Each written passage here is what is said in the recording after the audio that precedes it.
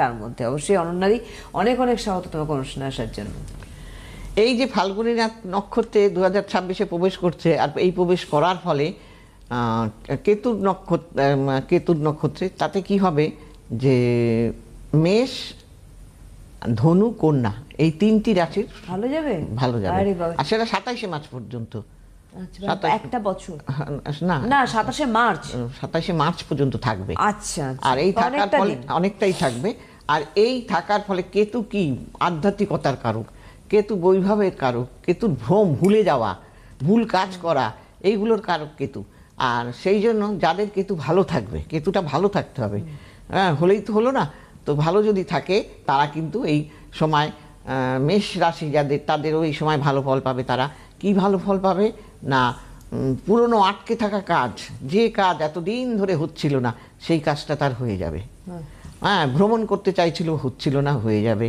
হ্যাঁ, তারপরে প্রতিযোগিতামূলক পরীক্ষা দেবে যারা, তাদের ক্ষেত্রে হয়ে যাবে। মানে এই রকম নানা ধরনের কাজ তারা ভালো ফল পেয়ে যাবে।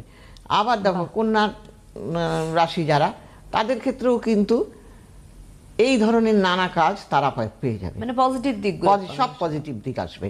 কাজেই সেই পজিটিভটার দিকটার জন্যই আমাকে কি করতে হবে, আমাকে আগে দেখিয়ে নিতে হবে যে আমার ছকের মধ্যে সেই গ্রহটা কি শুভ অবস্থায় আছে না অশুভ অবস্থায় আছে।